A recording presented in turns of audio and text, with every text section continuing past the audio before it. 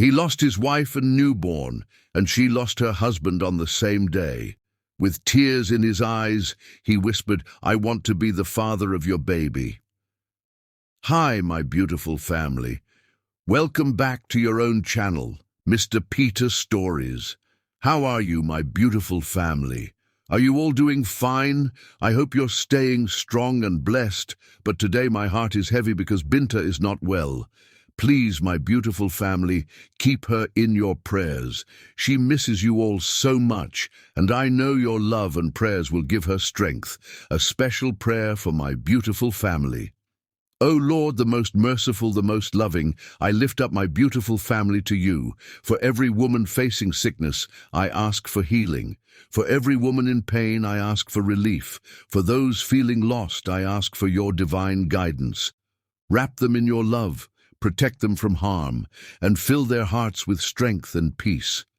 May every tear they shed be replaced with joy, and may every hardship turn into a testimony of victory. Amen. My beautiful family, if you are going through something right now, just know you are not alone. You are loved, you are strong, and you will rise above any challenge. Now I must clear something very important. I have only one channel, Mr. Peter Stories. More than 10 fake channels are trying to copy my style, using my voice, pretending to be me. But they are not me. My beautiful family, please don't be fooled by these scammers. Make sure you are only subscribed to Mr. Peter Stories, the one and only. So, my beautiful family, let's stand together. Like, share, and comment on this video to show your love and support. And always remember, this family is built on love, honesty, and unity. Let's start this video with love. Stay blessed, stay strong, and stay with Mr. Peter Stories. Chapter 1. The Graveyard Meeting. The iron gates of Oakwood Cemetery creaked in protest as Thea Marlowe pushed them open with her shoulder, one arm cradling her infant son against her chest. A veil of mist hung over the grounds, softening the harsh reality of granite headstones and wilting flowers. The November air bit through her black wool coat as she navigated the winding path to the fresh grave in the eastern section. 30 days. 1 month since Callum's heart had failed him without warning, an aneurysm that struck while she delivered their son into the world. 1 month of sleepless nights, of answering condolences with hollow thanks, of searching for her husband's features in their newborn's face. She stopped before the temporary marker. Callum James Marlowe, beloved husband and father. The father part felt particularly cruel. He had held that title for mere minutes before it was severed from him forever. "I brought him to meet you," Thea whispered, shifting Elliot in her arms so the baby faced the grave. "He's getting bigger every day. The pediatrician says he's thriving." Thea's voice broke on the last word. Thriving. How could their son be thriving when his father lay cold in the ground, when his mother could barely remember to eat? The unfairness of it all crashed over her anew, and she sank to her knees on the damp earth, clutching Elliot tighter as tears escaped. "I don't know how to do this alone, Callum," she confessed to the silent stone. "Everything we planned, everything we dreamed about, it wasn't supposed to be just me." Elliot, disturbed by her shuddering breaths, or perhaps sensing her distress, began to wail, a sound that echoed off marble angels and granite crosses, amplifying her failure to comfort even her own child. She tried bouncing him gently, tried humming the lullaby that usually soothed him, but his cries grew more insistent. Her tears fell more freely now, mingling with the first drops of rain that had begun to fall. "Please," she begged, unsure who she was addressing, Callum, God, or the universe itself. "Please, I can't do this alone." The keening of another infant cut through Elliot's cries, startling Thea. She hadn't noticed anyone else in this section of the cemetery. Wiping her eyes hastily, she glanced around and spotted a tall figure several rows away, kneeling before a newer grave. A man, broad-shouldered in a charcoal overcoat, cradling what appeared to be a baby wrapped in pink. Something about the parallel sight, another parent bringing an infant to a fresh grave, momentarily halted her tears. Their shared circumstance felt like a cosmic cruelty, yet strangely comforting in its confirmation that she wasn't alone in this particular hell. As if sensing her gaze, the man looked up. For a breath, their eyes locked across the weathered headstones between them. Something unspoken passed between them. Recognition, perhaps, of the same raw grief etched into the lines of their faces. Then Elliot's cries intensified. The man's baby joined the chorus, and the moment shattered. Thea returned her attention to her son, embarrassed by her public breakdown and the connection she'd imagined with a stranger. She fumbled with the diaper bag, searching for Elliot's pacifier, but her trembling hands scattered its contents across the wet grass. Formula, diapers, wipes, and the small stuffed lamb Callum had purchased before he died spilled out, instantly dampened by the increasing rainfall. "Here," a deep voice said, startling her. "Let me help." The man she'd noticed was suddenly beside her, balancing his own crying infant in one arm while offering her a handkerchief with his free hand. Up close, she noticed his eyes, hazel with flecks of gold, rimmed red from recent tears. "I'm sorry," she said automatically, accepting the handkerchief. "We're disturbing your visit." "No," he replied, his voice gentle. "I think I was disturbing yours. I recognize the sound of your grief. It matches my own." He gestured toward the grave he'd been visiting. "My wife, Nora. She died during childbirth exactly a month ago today." His voice caught slightly. "Hemorrhage. They couldn't stop the bleeding." The coincidence stole Thea's breath. "My husband, Callum," she responded, nodding toward the grave. "Aneurysm, while I was in delivery. 1 month ago today as well." They stood in silence as the rain intensified, the weight of their parallel tragedies hanging between them. Their babies continued crying, a duet of innocence untouched by knowledge of their losses. "I'm Archer," he said finally. "Archer Reed. And this is Dahlia, Thea Marlowe, and Elliot." She attempted to gather her scattered belongings one-handed, struggling as the rain plastered her hair to her face. "Here, let me," Archer offered, crouching to collect the items with his free hand. As he picked up the small stuffed lamb, his fingers lingered on it momentarily. "Did he choose this?" he asked quietly. Thea nodded, unable to speak past the lump in her throat. Somehow, this stranger had intuited the significance of that small toy, that it represented Callum's anticipation, his eager preparation for fatherhood. "I have a collection of fabric swatches at home," Archer confessed. "Nora was planning to make a quilt for Dahlia. I can't bring myself to put them away." The rain was falling in earnest now, dampening Elliot's blankets and causing Dahlia's pink cap to droop over her tiny forehead. Both babies' cries reached fever pitch. "We should get them somewhere dry," Archer said, handing Thea her belongings. "My car's just through the north gate. I could drive you home if you'd like." Under normal circumstances, Thea would never accept a ride from a stranger. But these circumstances were anything but normal, and something about Archer Reed's grief-etched face and gentle handling of his daughter spoke of safety rather than threat. "Thank you," she accepted. "That would be... thank you."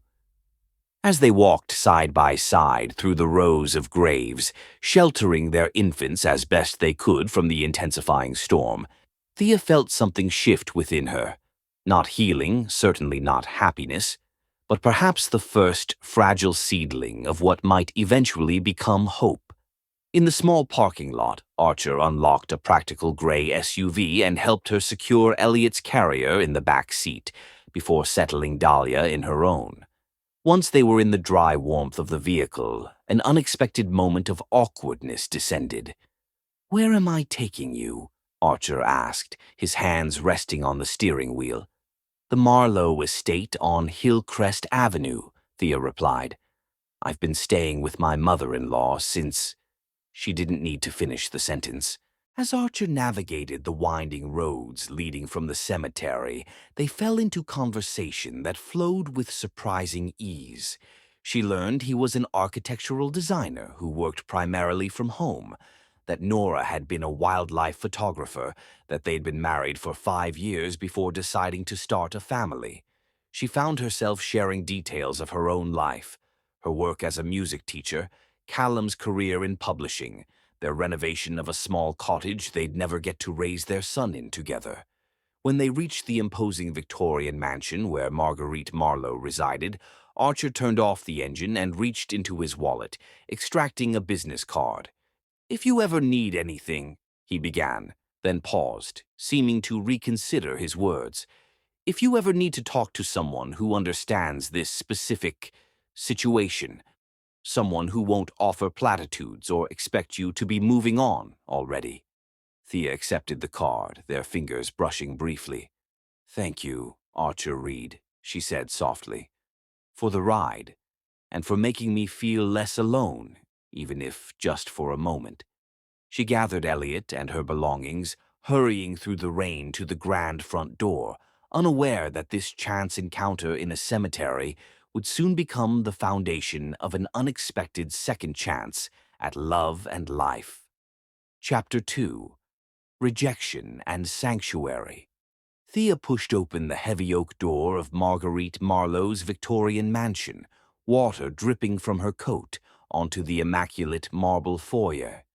The house was silent, save for the ticking of the grandfather clock, a silence that had become oppressive over the past month. Elliot squirmed in her arms, his face reddened from crying, his tiny fists balled against the damp blanket. "Is that you, Thea?" Marguerite's voice echoed from the drawing room, its cultured tones carrying their perpetual note of disapproval. "You're dripping water everywhere. Did you forget to take an umbrella again?" Before Thea could respond, she noticed the row of expensive leather suitcases arrayed at the foot of the grand staircase. She recognized them as her own, wedding gifts from Callum's family, used only once for their honeymoon to the Amalfi Coast. A cold dread settled in her stomach. Marguerite appeared in the hallway, her tall, slender figure impeccably dressed in a charcoal suit, despite having no plans to leave the house. Her silver hair was pulled into a severe chignon, emphasizing the sharp angles of her face. At 62, she remained a striking woman, though grief had carved new lines around her mouth and between her brows. "What's all this?" Thea asked, though she already suspected the answer. Marguerite's gaze flickered over Elliot before settling coldly on Thea. "I've had your things packed. It's time for you to leave." The blunt statement, delivered without preamble, stunned Thea into momentary silence. "Leave? But I thought we agreed I would stay until—" "I've reconsidered," Marguerite interrupted, her voice brittle. "It's been a month. The initial shock has passed. I see no reason for you to continue living here." "Where am I supposed to go?" Thea asked, struggling to keep her voice steady. "Our cottage is rented out until spring, and I haven't been able to return to teaching yet. Elliot is barely a month old." "That's hardly my concern," Marguerite replied. "You have parents of your own, do you not? Or friends who could accommodate you? I've been more than generous allowing you to remain this long." Thea swallowed hard. Her parents lived overseas, teaching at an international school in Singapore. They had visited briefly after Callum's death, but couldn't extend their stay due to contractual obligations. As for friends, most had drifted away during her pregnancy, uncomfortable with her grief or unsure how to engage with the new widow. "Marguerite, please," Thea tried again, bouncing Elliot gently as he began to fuss. "Callum would want—" "Don't presume to tell me what my son would want." Marguerite's composure fractured, her voice rising sharply. "If not for this pregnancy, he might still be alive. The stress of impending fatherhood, the extra hours he worked to afford that ridiculous cottage renovation, it all contributed to his condition." The accusation struck Thea like a physical blow. That's not fair. The doctor said the aneurysm could have happened any time. It was a congenital weakness in the arterial wall, not stress or... Spare me the medical details, Marguerite cut in. I've heard them all. The fact remains that my son is dead, and every time I look at you and that child, I'm reminded of my loss. Elliot is your grandson, Thea said softly. He's part of Callum. He's the reason Callum pushed himself beyond his limits. Marguerite turned away, her shoulders rigid with contained emotion. I've arranged for a car service. It will arrive at 6 to take you wherever you wish to go. I suggest you use the intervening hours to make arrangements. It's already 4:30, Thea protested, glancing at the ornate wall clock. That's barely enough time to... I've been more than fair, Marguerite interrupted again. The rental income from the cottage has been deposited in your account, as per Callum's wishes. That should tide you over until you sort yourself out. With those words, she retreated to the drawing room, closing the double doors behind her with quiet finality. Thea stood in the foyer, water still dripping from her coat, her mind racing. The rental income from the cottage would cover perhaps 2 months in a modest apartment, but finding one on such short notice seemed impossible. Most of her savings had gone into the renovation, a project they'd begun with such hope. Elliot began to cry in earnest, hungry after their cemetery visit. Thea carried him upstairs to what had been their temporary bedroom. The space was now stripped of personal touches. No photographs on the dresser, no books on the nightstand, only the essential baby items and her packed luggage remaining. She settled into the armchair by the window, opening her blouse to feed Elliot. As he nursed, she pulled out her phone and began making desperate calls. Her best friend from college was traveling for work. Another friend had just had twins and barely had room for her own family. The few remaining options voiced sympathy, but offered only vague promises to ask around. The minutes ticked by with alarming speed. As the grandfather clock downstairs chimed 5:30, Thea felt panic rising in her throat. She had nowhere to go, a newborn to care for, and less than 30 minutes before the car arrived. In her desperation, she found herself staring at the business card Archer Reed had given her earlier. She traced her finger over the embossed lettering, Archer Reed, Architectural Design, and the phone number beneath. He had offered help if she needed it, but surely he hadn't meant something of this magnitude. They were strangers connected by nothing more than parallel tragedies. Still, as the minutes continued to slip away, she found herself with diminishing options. With trembling fingers, she dialed his number, unsure what she would say if he answered. After 4 rings, she was about to hang up when his deep voice came through the line. Archer Reed. "It's Thea," she said, her voice smaller than she intended. "Thea Marlowe, from the cemetery earlier." "Thea," he repeated, surprise evident in his tone. "Is everything all right?" The simple question broke something inside her. "No," she admitted, tears threatening again. "Everything is very much not all right." She explained her situation in halting sentences, embarrassment coloring her words. "I wouldn't ask, but I literally have nowhere else to go tonight. Maybe tomorrow I can figure something out, but with Elliot, I just—" "Where are you now?" Archer interrupted, his voice calm and decisive. "Still at my mother-in-law's, but not for much longer." "I'm coming to get you," he said without hesitation. "Text me the address. Pack whatever you and Elliot need for tonight. We have a guest suite that hasn't been used in months." "Are you sure?" Thea asked, relief and doubt warring within her. "You barely know me." "I know enough," Archer replied simply. "You're a mother with an infant who needs shelter for the night. The rest we can figure out tomorrow." When Thea hung up, she felt a curious mixture of gratitude and apprehension. Accepting help from a virtual stranger went against every cautionary instinct, yet something about Archer Reed inspired trust. Perhaps it was the shared experience of their losses, or the gentle way he'd handled his daughter. Whatever the reason, his offer represented her only viable option. She dressed Elliot in warm clothes and packed a diaper bag with essentials. The rest would have to remain in storage until she found permanent lodging. As she zipped the final bag, a text arrived from Archer, 10 minutes away. Thea carried Elliot and her overnight bag downstairs.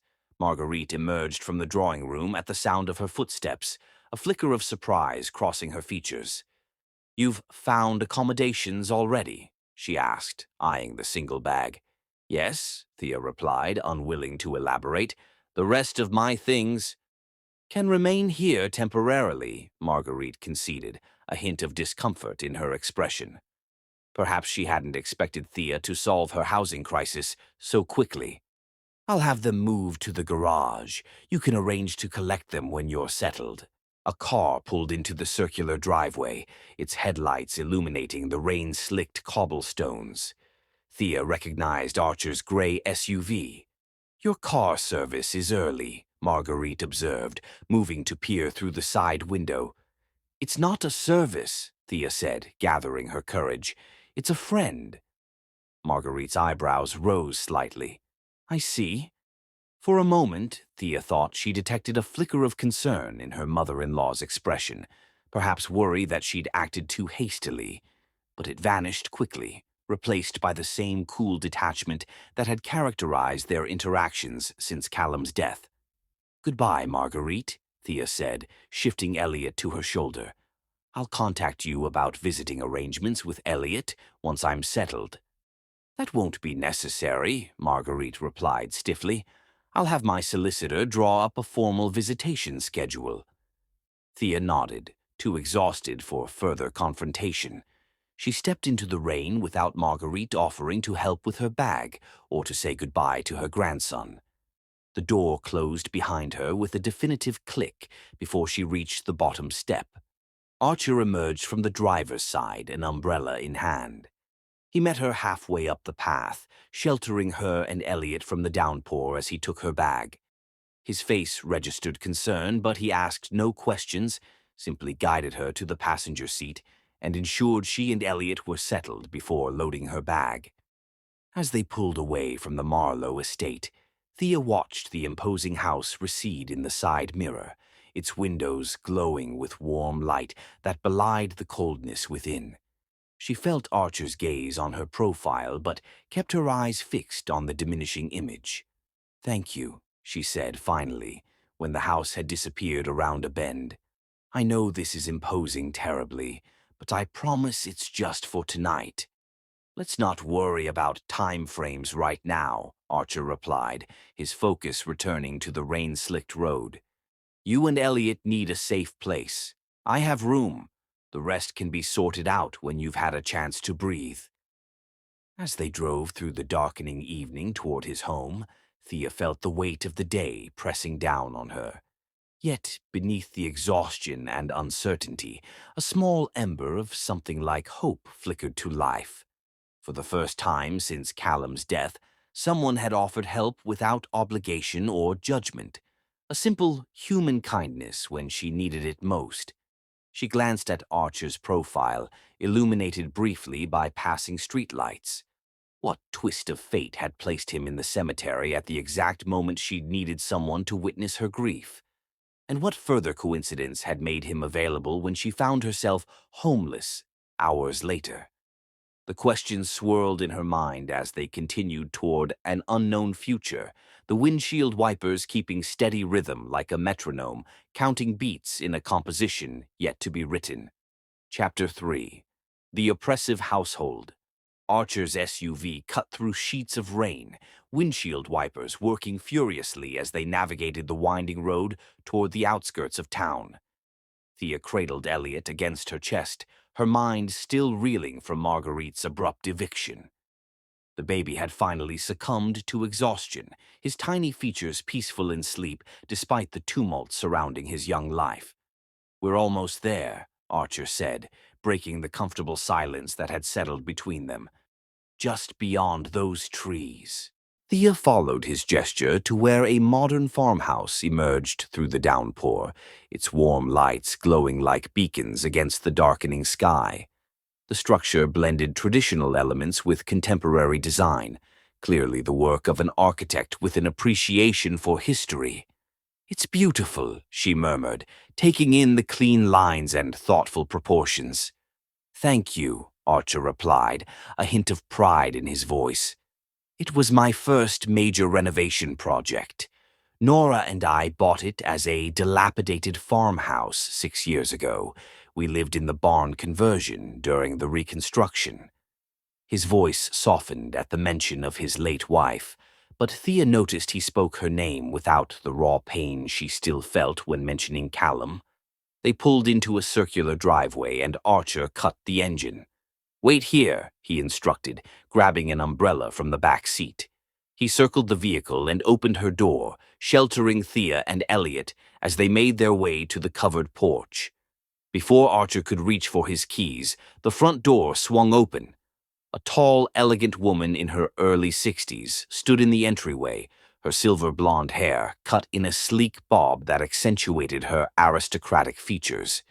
She wore tailored black trousers and a cashmere sweater, an outfit too formal for a quiet evening at home. Her attention fixed immediately on Thea and the bundle in her arms. "Archer, you're late. Dahlia has been—" She broke off, her gray eyes narrowing. "Who is this?" "Mother, this is Thea Marlowe and her son Elliot," Archer explained, ushering Thea into the warm foyer. "Thea, this is my mother, Victoria Reed." Victoria's posture stiffened further, if that were possible. "I see. And what is Ms. Marlowe doing in our home at this hour?" Thea felt heat rise to her cheeks, acutely aware of her disheveled appearance and the awkwardness of the situation. Before she could formulate a response, Archer spoke. "Thea needs a place to stay tonight. She and Elliot will be using the guest suite."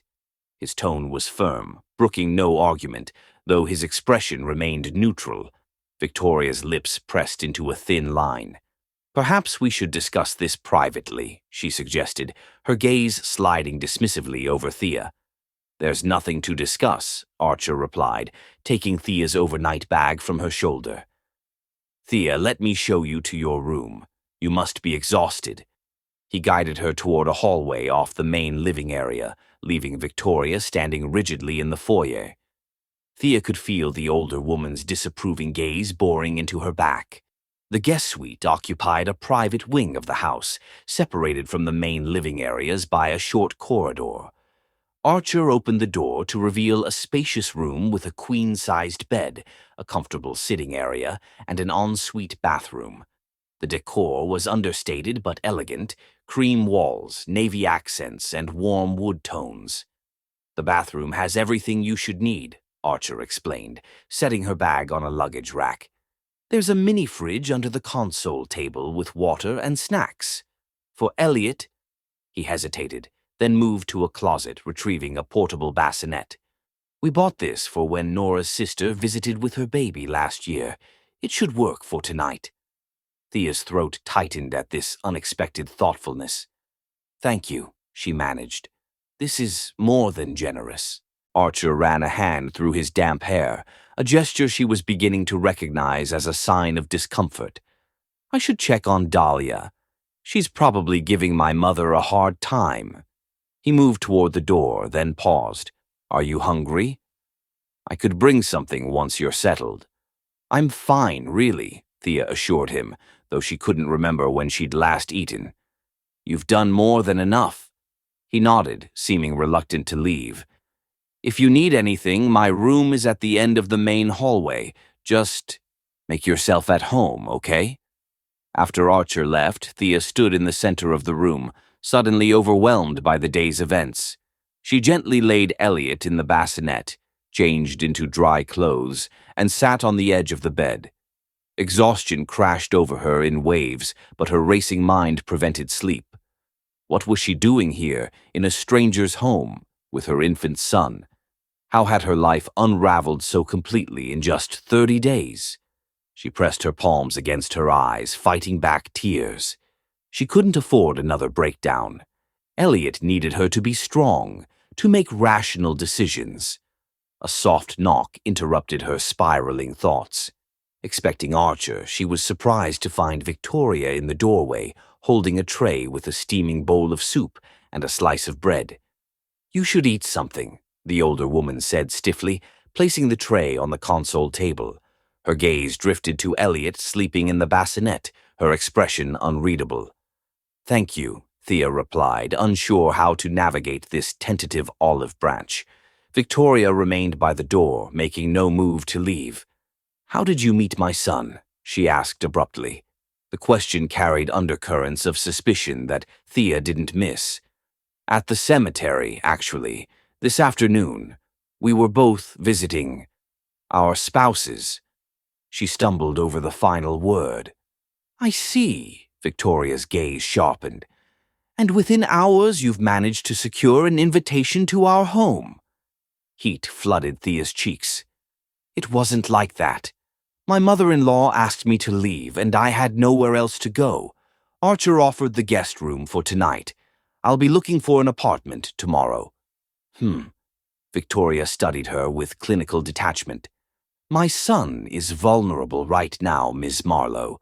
His judgment may be impaired by grief. I hope you understand that." The implication was clear. Victoria viewed her as a potential threat, perhaps even an opportunist. Under different circumstances, Thea might have been offended. Instead, she felt an unexpected flood of empathy. Victoria was protecting her son, just as Thea would protect Elliot from perceived threats. "I understand your concern," Thea said quietly. "Archer has been extraordinarily kind, offering shelter to someone he barely knows. I promise I have no intention of taking advantage of that kindness." Victoria's expression remained skeptical. "My son has a generous heart, sometimes too generous." She moved toward the door, then paused. "You should know that Archer is still deeply in love with Nora. Her death hasn't changed that fact." "I wouldn't expect it to," Thea replied, meeting the older woman's gaze steadily. "Just as my husband's death hasn't changed my love for him."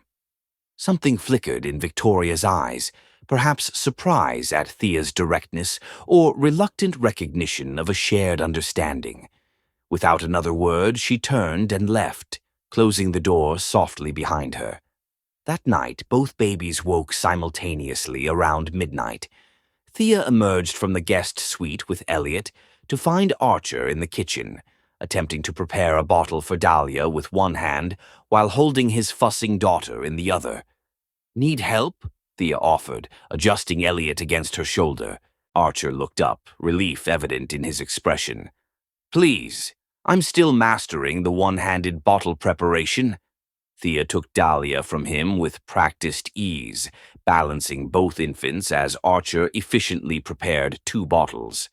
The domestic scene felt surprisingly natural despite their short acquaintance, 2 new parents helping each other through the challenging nighttime hours. "Your mother thinks I'm taking advantage of your vulnerability," Thea said as they settled at the kitchen island, each feeding a baby. Archer's mouth quirked in a half-smile. "Victoria is protective by nature. She moved in after Nora died to help with Dahlia, but her assistance comes with strong opinions attached." "She loves you," Thea observed. "She's afraid you'll be hurt again." "Perhaps," Archer acknowledged, "but she forgets that I'm an adult capable of making my own decisions." He glanced at Thea. "I hope her concerns didn't make you uncomfortable." "No more than this entire situation already has," Thea replied with unexpected honesty. "I never imagined being homeless with a 1-month-old, dependent on a stranger's kindness." "We're not exactly strangers anymore," Archer pointed out gently. "Not after today." The simple observation resonated with Thea. Their shared grief had accelerated intimacy that might otherwise have taken months to develop. There was something about parallel tragedy that created immediate understanding words couldn't adequately express. Chapter 4. Rhythm and Routine. Morning arrived with soft golden light filtering through unfamiliar curtains. Thea woke disoriented, momentarily forgetting the previous day's upheaval. The luxurious guest bed with its crisp linens was a stark contrast to the austere room she'd occupied at Marguerite's house. For a fleeting moment, she imagined Callum beside her, the past month merely a nightmare from which she'd finally awakened. Reality reasserted itself when Elliot's hungry cries pierced the silence. Thea glanced at her watch. 6:17 a.m., a full hour longer than her son typically allowed her to sleep. She lifted him from the bassinet, noting with surprise that his diaper was fresh. Someone had changed him during the night without waking her. After feeding Elliot, Thea dressed in her only clean outfit and ventured cautiously into the main part of the house. The kitchen was empty but showed signs of recent activity.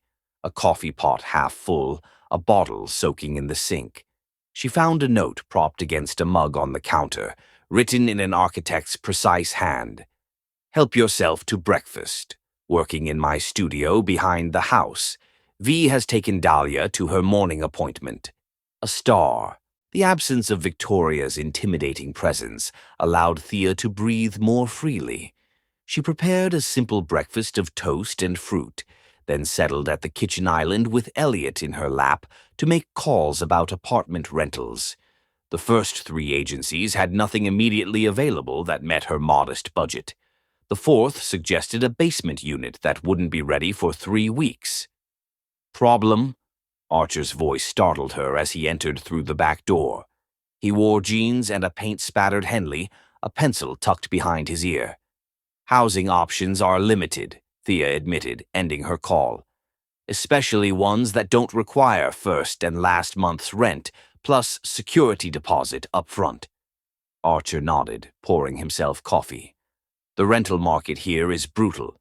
Took Nora and me 6 months to find this place, and it was barely habitable then." He leaned against the counter, studying her. "There's no rush, you know. The guest suite is yours for as long as you need it." Thea shook her head. "Your mother made it quite clear last night that my presence isn't welcome." "My mother doesn't decide who stays in my home," Archer replied, his tone firm but not unkind. "She moved in temporarily after Nora died to help with Dahlia. I appreciate her support, but that doesn't give her authority over household decisions." Before Thea could respond, Elliot began to fuss. She bounced him gently, but his complaints intensified. "May I?" Archer asked, setting down his coffee. Surprised, Thea handed over her son. Archer cradled Elliot with practiced ease, speaking to him in the soft, slightly elevated tone that seemed instinctive when addressing infants. Elliot's cries subsided almost immediately as he studied this new face with solemn curiosity. "He likes you," Thea observed, watching her son grasp Archer's finger. "We understand each other," Archer replied with a small smile. "Fellow travelers on the same journey." He returned his attention to Thea. "Here's a suggestion. Stay through the weekend.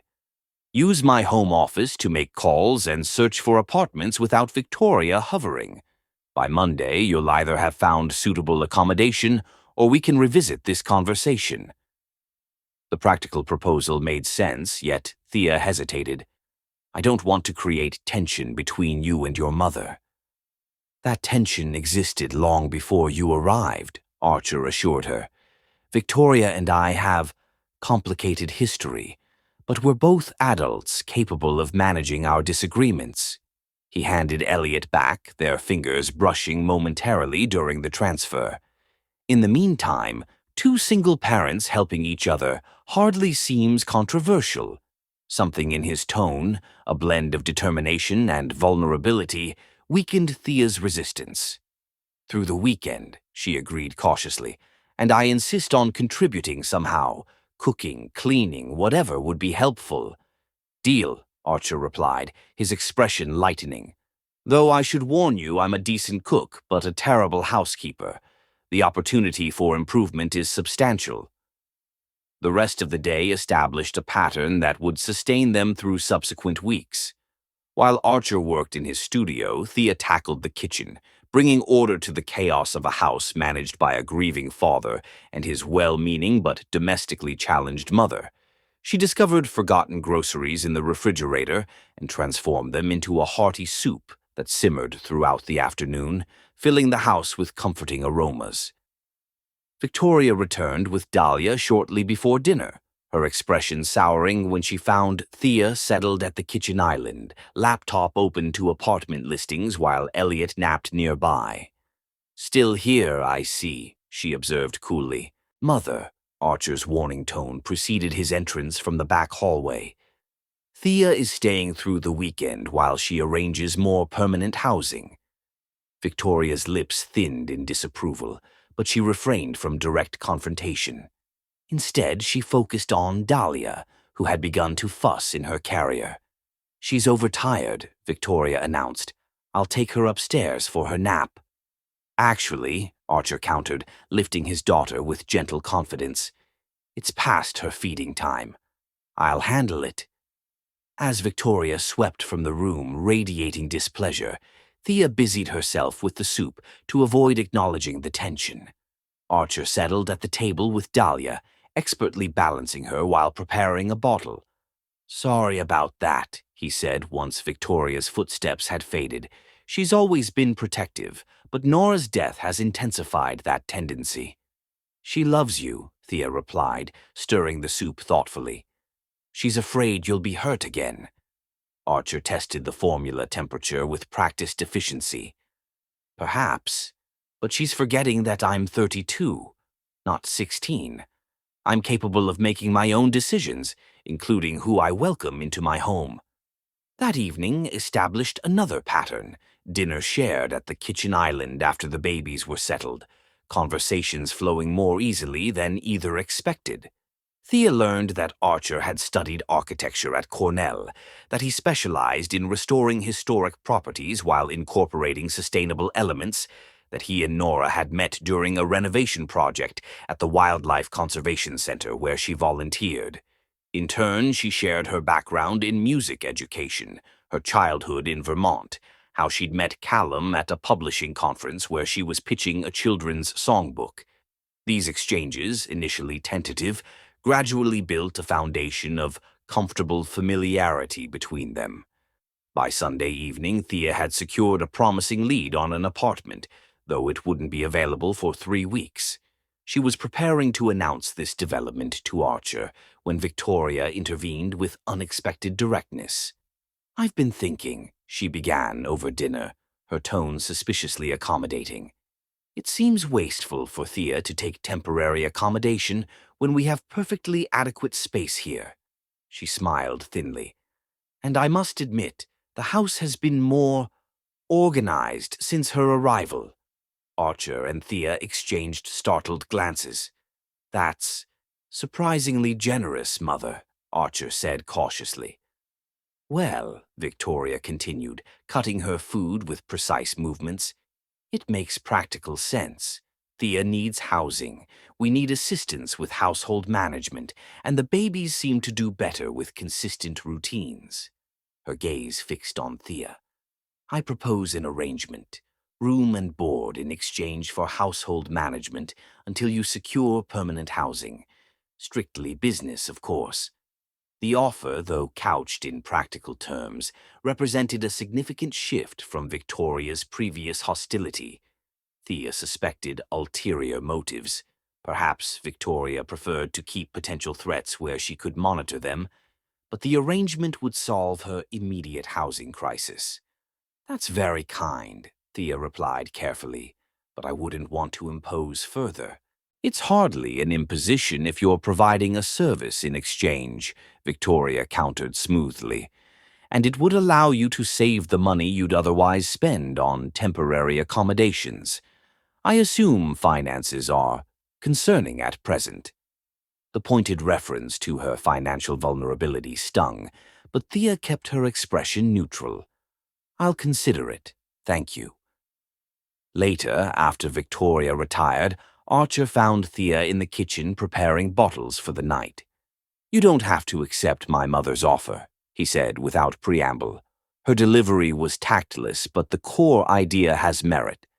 This arrangement has been working, hasn't it?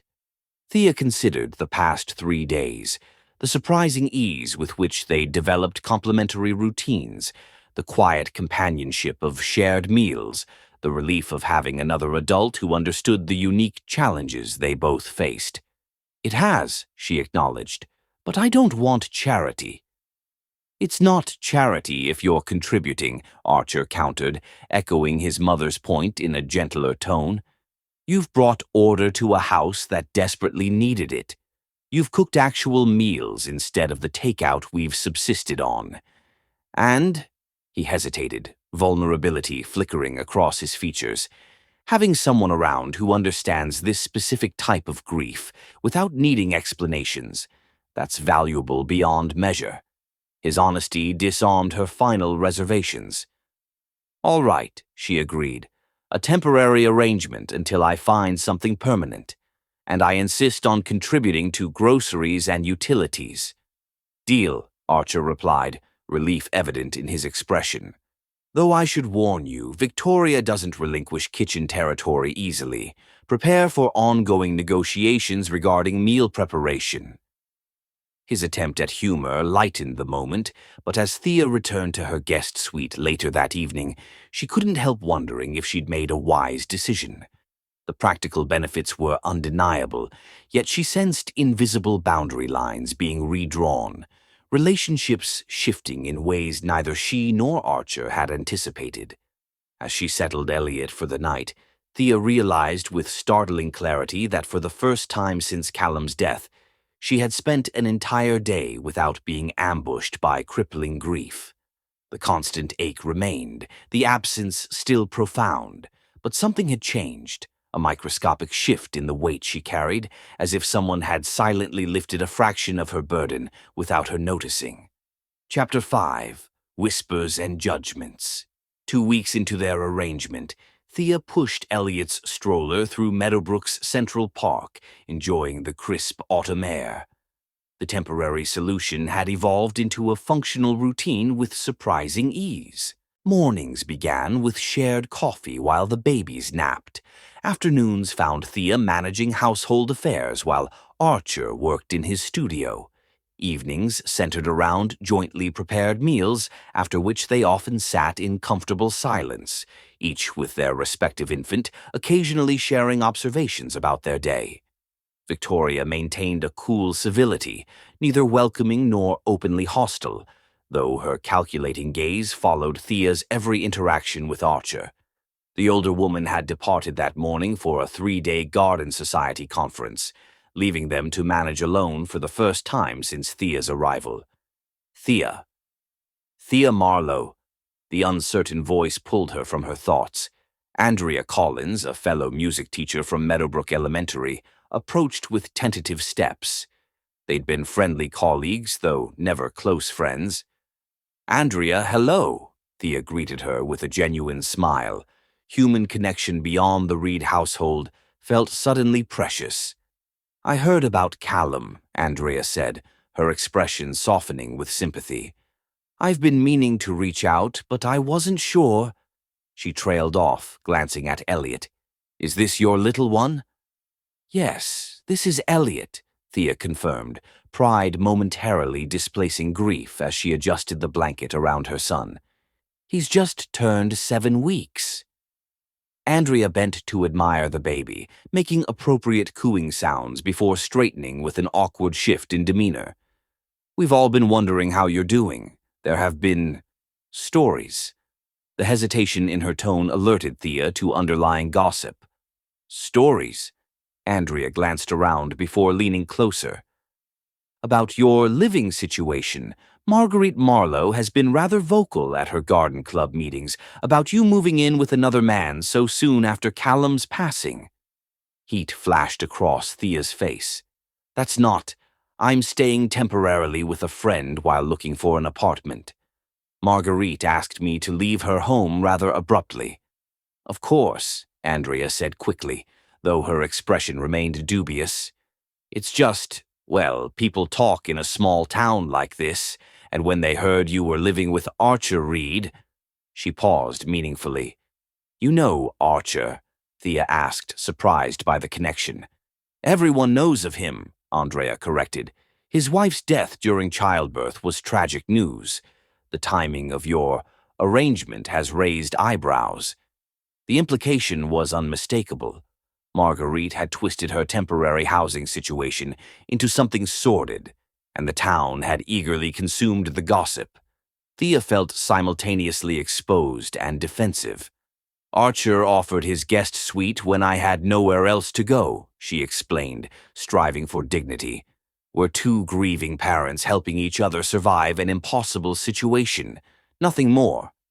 "Of course," Andrea repeated, her tone suggesting the opposite. "Well, I should let you continue your walk. Give Elliot a kiss from his Auntie Andrea." She squeezed Thea's arm. "And don't worry about the talk. People will find something new to discuss eventually." As Andrea walked away, Thea remained rooted to the path, her earlier peace shattered. She'd been naively focused on day-to-day survival, oblivious to how their arrangement might appear to outsiders. Worse, she hadn't considered how such gossip might affect Archer, who had business relationships throughout the community. Similar uncomfortable encounters punctuated her afternoon errands. At the grocery store, conversations halted when she approached certain aisles. The pharmacist's assistant gave her a disapproving look when she purchased items for both Elliot and Dahlia. By the time she returned to Archer's house—no, not his house, she corrected herself mentally, her temporary residence— Thea's emotions had crystallized from embarrassment to indignation. She found Archer in the kitchen, attempting to prepare dinner with Dahlia strapped to his chest. The domestic scene, normally comforting in its routine, now carried new implications after the day's revelations. "You're back late," he observed, glancing up from dicing vegetables. "Everything okay?" Thea settled Elliot's carrier on the counter before unpacking groceries with unnecessary force. "Did you know the entire town is gossiping about us?" Archer's knife paused mid-chop. "Ah, you've had the pleasure of Meadowbrook's rumor mill." "You knew?" Thea's voice rose slightly, causing Elliot to stir. She lowered her tone. "Why didn't you warn me?" "What exactly would I have warned you about?" Archer asked reasonably. "That people with empty lives fill them by dissecting others. That grief makes people uncomfortable, but scandal provides entertainment." His calm response deflated Thea's indignation. "I just felt blindsided," she admitted. "Andrea Collins implied we're having some torrid affair, as if we've both forgotten our spouses after only weeks." Archer resumed chopping, his rhythm deliberately measured. "Does it matter what they think?" "Of course it matters," Thea exclaimed. "Your reputation, your business." "My reputation is built on my work, not town gossip," Archer interrupted gently. "Anyone whose opinion matters knows exactly why you're staying here." "But it's not fair to you," Thea persisted. "You offered shelter to someone in need, and now people are questioning your character." Archer set down his knife and faced her directly. "Thea, I lost my wife 7 weeks ago. Town gossip ranks extremely low on my list of concerns right now." His expression softened. "But if it bothers you, I understand. We can reconsider the arrangement." The thought of leaving, of facing apartment hunting alone, of returning to isolated grieving, sent an unexpected wave of panic through Thea. These past weeks, for all their challenges, had provided structure and human connection when she needed it most. "No," she said quietly, "unless you want me to go." "I don't," he replied, the simple declaration hanging between them. After a pause, he added, "Whatever this arrangement is, it's working for us. For the babies. That's what matters." They prepared dinner side by side, the earlier tension dissolving into familiar rhythm. Later, after the babies were settled, they sat in the living room with cups of tea, the evening silence comfortable until Archer broke it unexpectedly. "I should have warned you about Marguerite," he said. She's been spreading versions of her narrative since she saw us together at the pharmacy last week. Thea looked up sharply.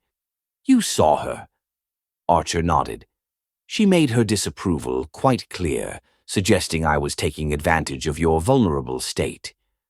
His mouth quirked in a humorless smile. Apparently, we're quite the scandal, two grieving spouses finding inappropriate comfort together. That's ridiculous, Thea said automatically, though something in his tone caused warmth to rise to her cheeks. They hadn't discussed the nature of their relationship beyond its practical aspects, both carefully avoiding acknowledgement of the growing comfort they found in each other's presence. Is it? Archer asked softly. The question hung between them, charged with unspoken possibility. Thea found herself suddenly aware of details she'd been subconsciously cataloging, the way firelight caught gold flecks in his hazel eyes, how his fingers moved with architectural precision, whether handling blueprints or cradling dahlia, the low timbre of his voice when speaking late at night. I don't know, she admitted finally. I know it's too soon to even consider anything. I still reach for Callum in my sleep. And I still save articles Nora would find interesting, Archer acknowledged. We're still married to ghosts. The frank assessment should have created distance, but instead fostered unexpected intimacy, the shared understanding that neither sought to replace what they'd lost, merely to survive what remained. The moment was interrupted by Dahlia's cries through the baby monitor. Archer rose, his hand briefly resting on Thea's shoulder as he passed. A touch that might have been casual reassurance, but lingered just long enough to suggest something more. Alone, Thea confronted feelings she'd been avoiding. Whatever was developing between them defied simple categorization. Not romance in any conventional sense, but something equally powerful. A connection forged in parallel grief, in shared responsibility, in mutual understanding too rare to dismiss. Chapter 6. Memory Boxes. The anniversary of Nora's death approached with the subtlety of an oncoming storm. Archer grew quieter, his focus drifting during conversations, his gaze lingering on photographs Thea had carefully maintained throughout the house. After 2 months of cautious cohabitation, she recognized the signs of grief resurfacing with renewed intensity. One evening, Archer disappeared after dinner without explanation. When he hadn't returned after Thea settled both babies for the night, concern drove her to search the house. She found his studio door ajar, soft lamplight spilling onto the hallway floor. She hesitated at the threshold, reluctant to intrude on private grief. Through the gap, she could see Archer seated on the floor, surrounded by photographs, trinkets, and handwritten notes. His shoulders curved inward, head bowed over what appeared to be a wooden box with brass hinges. "Archer?" she called softly, knocking gently on the door frame. He looked up, eyes reddened but dry. "Sorry," he said, attempting to gather the scattered items. "I lost track of time." "Don't apologize." Thea remained in the doorway, respecting the boundary. "I was just worried." Archer gestured for her to enter. "I'm making a memory box for Dahlia," he explained as Thea approached cautiously. "Tomorrow would have been Nora's 31st birthday." The revelation explained his recent withdrawal. Thea knelt beside him, taking in the collection: a pressed wildflower, ticket stubs, a beaded bracelet, photographs of a vibrant woman with Archer's same warm smile. Nora believed in documenting everything, Archer continued, lifting a small journal with worn edges. She kept these detailed nature journals on every hike, every wildlife sighting. I want Dahlia to know her mother was more than just, his voice caught, more than just someone who died bringing her into the world. "She'll know," Thea assured him, carefully lifting a photograph of Nora cradling her pregnant belly, face radiant with expectation. "Through your stories, through these treasures." Archer traced the edge of a train ticket with his fingertip. "Our first date was a day trip to the White Mountains. She packed this ridiculous gourmet picnic, but forgot utensils. We ended up eating pâté with tree bark as makeshift spoons. The memory drew a reluctant smile. She said it added authentic terroir.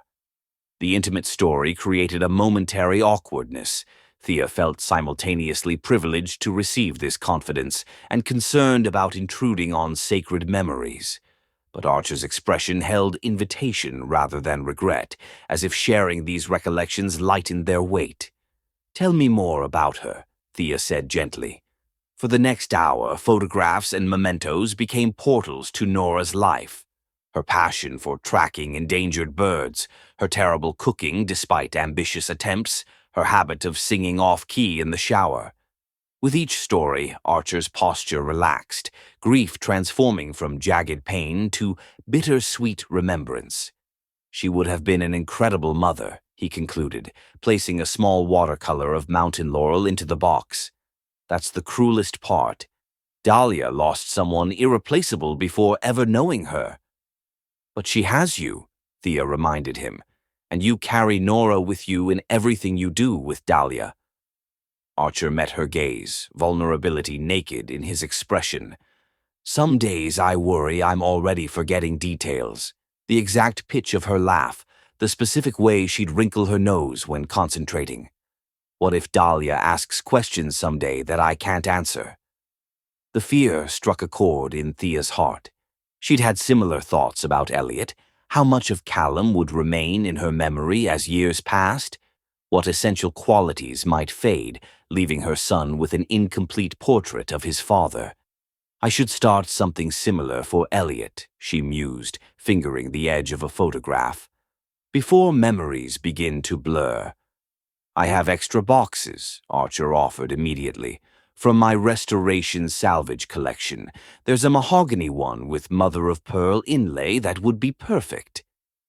His enthusiasm sparked an unexpected project.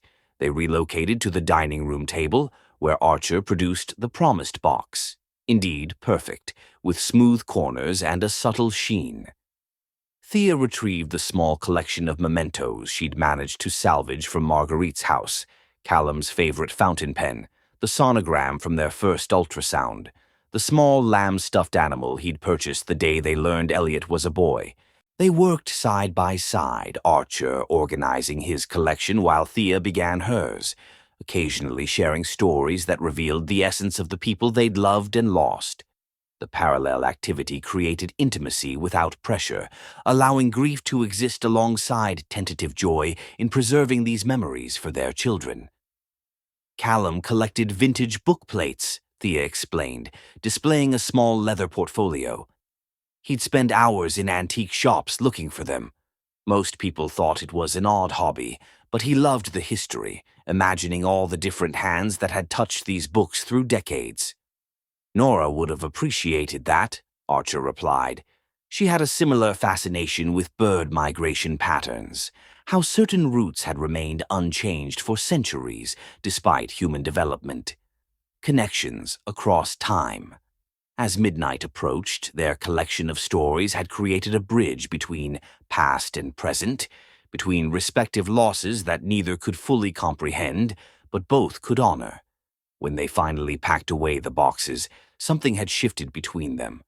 A deepened understanding, a shared purpose beyond daily survival. At the hallway junction where they typically parted for the night, Archer paused. "Thank you," he said simply, "for understanding why this matters." "Of course it matters," Thea replied. "They matter. Always will." Without premeditation, Archer leaned forward and pressed a gentle kiss to her forehead, brief, chaste, yet startling in its intimacy. He stepped back immediately, uncertainty flickering across his features. "I'm sorry," he began. "I didn't mean to—" "It's okay," Thea interrupted, though her pulse had quickened unexpectedly. "We're friends. Friends comfort each other." The word friends hung between them, simultaneously accurate and insufficient to describe what they had become to each other. Neither moved to close the physical gap again, yet something had been acknowledged, the possibility that their connection might evolve beyond parallel grief, and practical arrangement. "Good night, Thea," Archer finally said, retreating toward his bedroom. "Good night," she echoed, watching him go before turning toward the guest suite that had begun to feel increasingly like home. Inside her room, as she checked on sleeping Elliot, Thea confronted the complex emotions Archer's simple gesture had awakened. Not betrayal of Callum's memory as she might have expected, but rather guilt at its absence.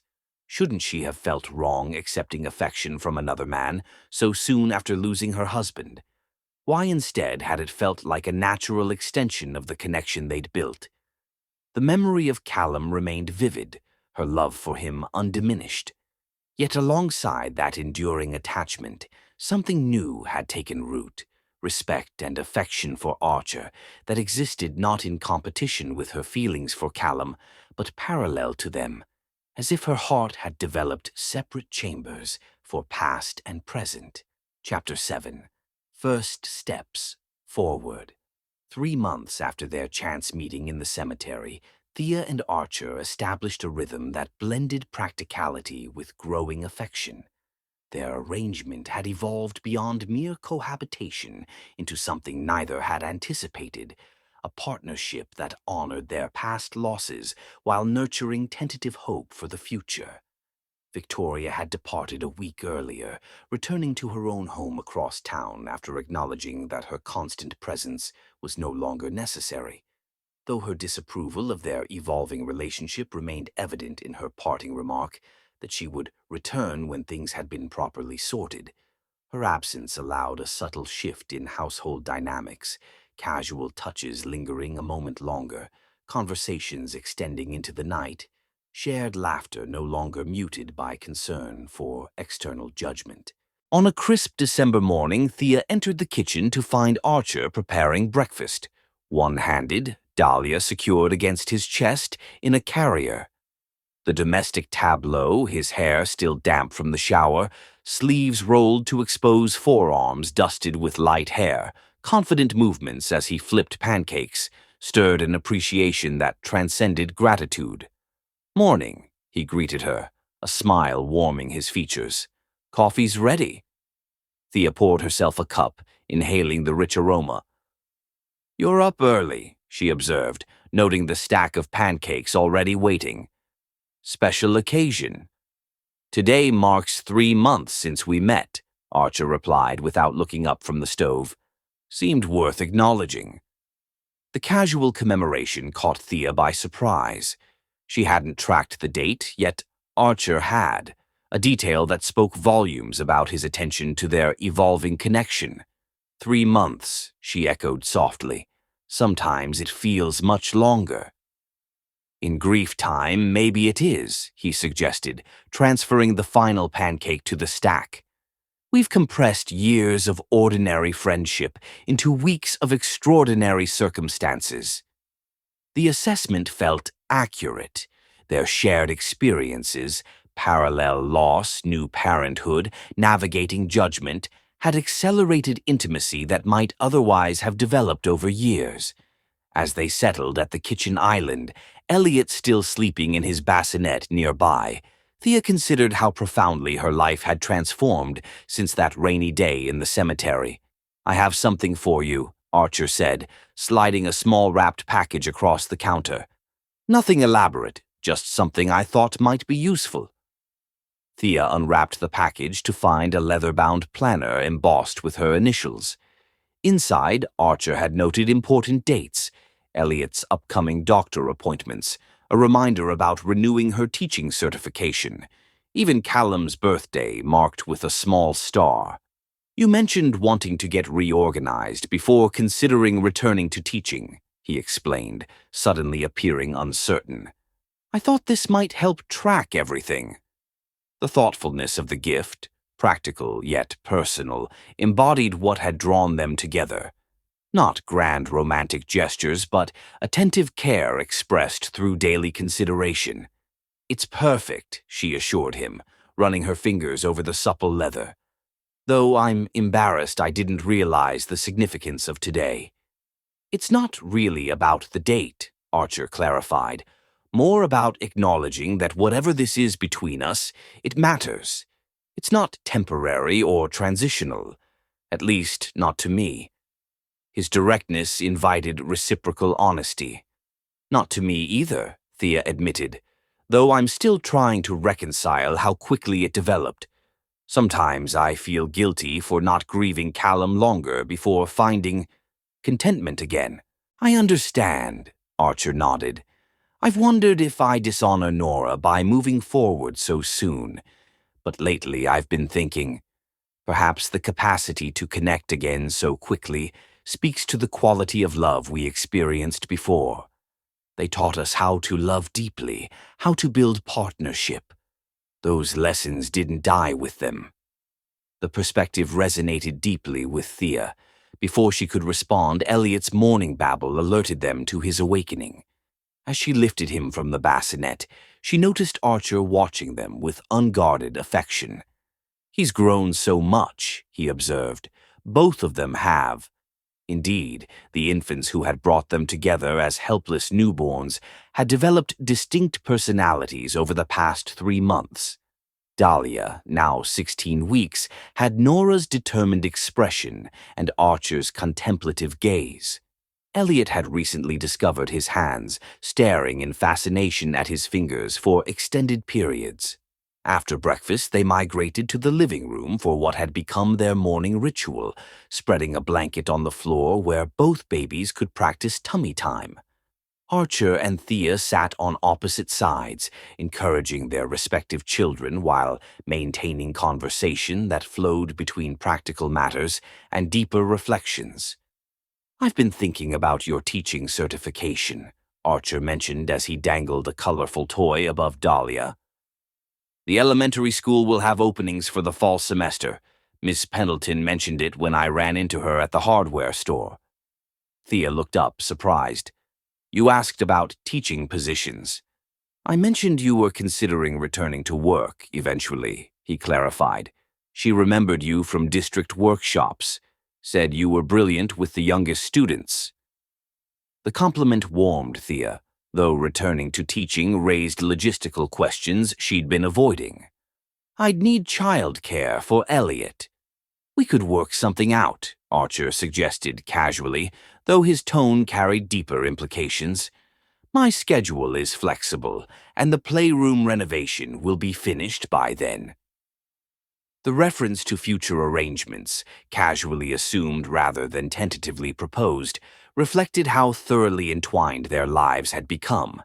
Thea had abandoned apartment hunting weeks ago, her possessions gradually migrating from the guest suite into shared spaces. Neither had formally acknowledged this evolution, yet both acted upon its reality daily. Their comfortable moment was interrupted by a distinctive sound from Elliot, a frustrated grunt followed by determined movement. Thea watched in astonishment as her son, previously content with limited mobility, suddenly pushed himself forward with unexpected strength. Not quite crawling, but deliberate movement with clear intention. Archer, look, she exclaimed, reaching for her phone to capture the milestone. But Elliot had other plans. Instead of continuing his forward momentum, he pivoted with surprising coordination and propelled himself toward Archer.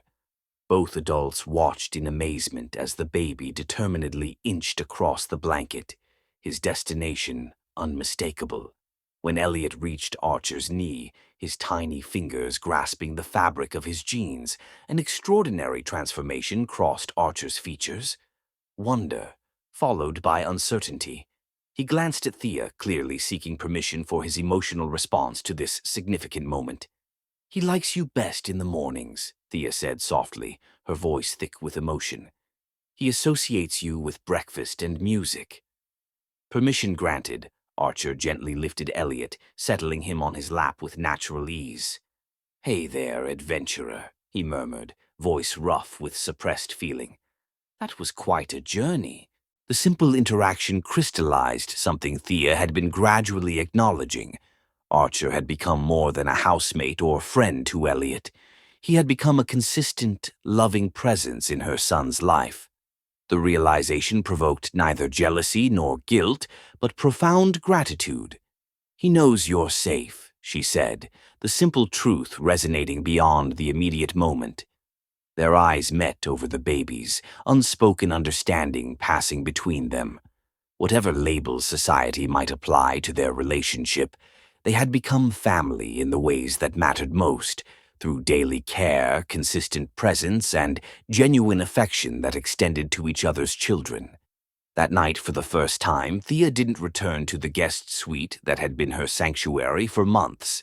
Instead, she followed Archer to his bedroom, their newfound intimacy extending naturally to sharing this most private space. As they lay together, not yet ready for physical intimacy, but craving the comfort of closeness, Thea realized how completely their lives had intertwined. As she drifted towards sleep, her phone buzzed with a text from Marguerite, the first contact since their confrontation 3 months earlier.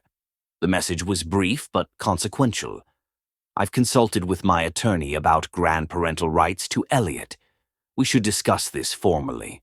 The cold words shattered the warmth of the evening's connection. Thea's hand trembled as she set down the phone, unwilling to contaminate this peaceful moment with Marguerite's hostility. But Archer, ever attentive, had noticed her distress. "What is it?" he asked, propping himself on one elbow.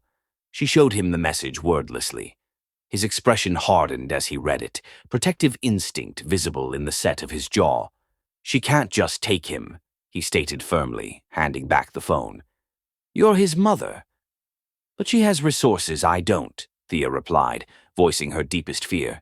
"Money, connections, legal teams. And if she presents our living arrangement as evidence of instability or moral failing—" "Then we'll face it together," Archer interrupted, his voice steady with certainty. "Whatever she throws at us, we'll handle it as a united front." The simple declaration, "we," rather than "you," conveyed commitment deeper than their tentative romantic exploration. Archer was offering not just emotional support, but partnership in the challenges ahead. Chapter 8: Legal Battles. A petition for grandparental visitation rights. Thea stared at the legal documents spread across the kitchen island, her voice barely above a whisper. The formal letterhead of Harrington and Associates, Marguerite's attorneys, seemed to mock her with its embossed gold lettering and imposing language. Archer stood beside her, scanning the petition with narrowed eyes. "This is more than visitation," he observed, pointing to a highlighted section. "She's requesting partial custody every other weekend plus 2 weeknights. She's claiming I'm emotionally unstable," Thea's voice broke as she read further. "That my hasty cohabitation demonstrates impaired judgment and moral failing detrimental to Elliot's development." The clinical assessment of her grief and subsequent choices felt like a physical blow. "We knew this was coming," Archer reminded her, his hand finding hers beneath the counter. "We've already spoken to Catherine about representation." Catherine Whitman, a family law attorney Archer had worked with on a renovation project, had agreed to meet them later that day. She'd been cautiously optimistic during their initial phone consultation, though she hadn't yet seen the full petition. "What if she's right?" Thea voiced her deepest fear. "What if moving in with you so quickly really was irresponsible? What if a judge agrees?" "Look at me," Archer said firmly, waiting until Thea met his gaze. "What we've created here is stable, loving, and healthy for both Elliot and Dahlia. Any objective observer would see that." His certainty steadied her, though the weight of Marguerite's accusations still pressed heavily. They'd been expecting legal action since the threatening text 3 weeks earlier, but the reality of formal proceedings felt significantly more threatening than the anticipation had been. Catherine's office occupied the second floor of a converted Victorian near the courthouse.